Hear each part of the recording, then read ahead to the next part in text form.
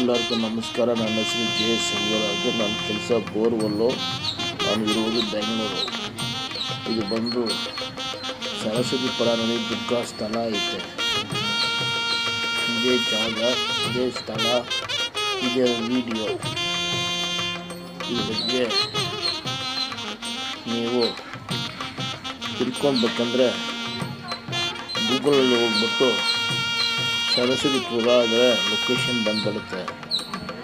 YouTube ಹೋಗ್ಬಿಟ್ಟು ಕಡೂರು ದುರ್ಗಾ ಪರಮೇಶ್ವರಿ ಹಾಕಿದರೆ ಸ್ಥಳ ಡೀಟೇಲ್ಸು ಬಂದ್ಬಿಡುತ್ತೆ. ಅಕ್ಕಪಕ್ಕ ಜನಗಳು ವಿಚಾರ ಮಾಡಿದ್ರೆ ಗೊತ್ತಾಗ್ಬಿಡುತ್ತೆ.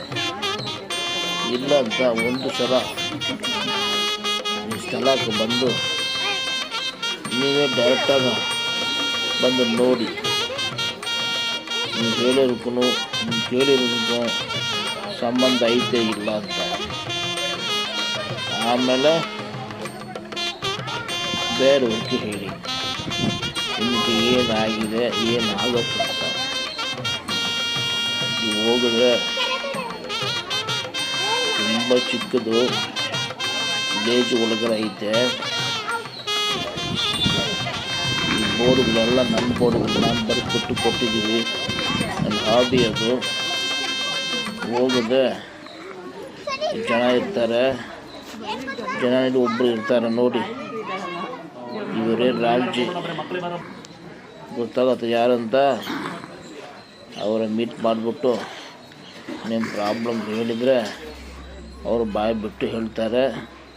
ನಿಮಗೆ ಸಾಲ್ವ್ ಆಗುತ್ತೆ, ಸಕ್ಸಸ್ ಆಗುತ್ತೆ, ಏನು ಆಗಲ್ಲ ಅಂತ ಡೀಟೇಲ್ಸು ಹೇಳ್ತಾರೆ.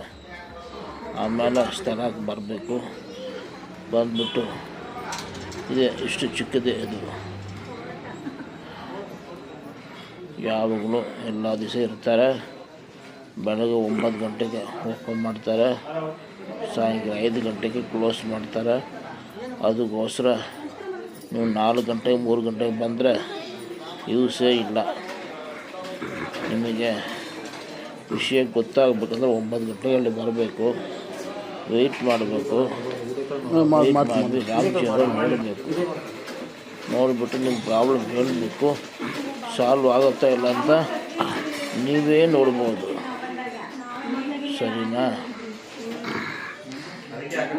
ಈಗ ತಾಯಿನ ದರ್ಶನ ಸಿಕ್ಕುತ್ತೆ ನೋಡಿ.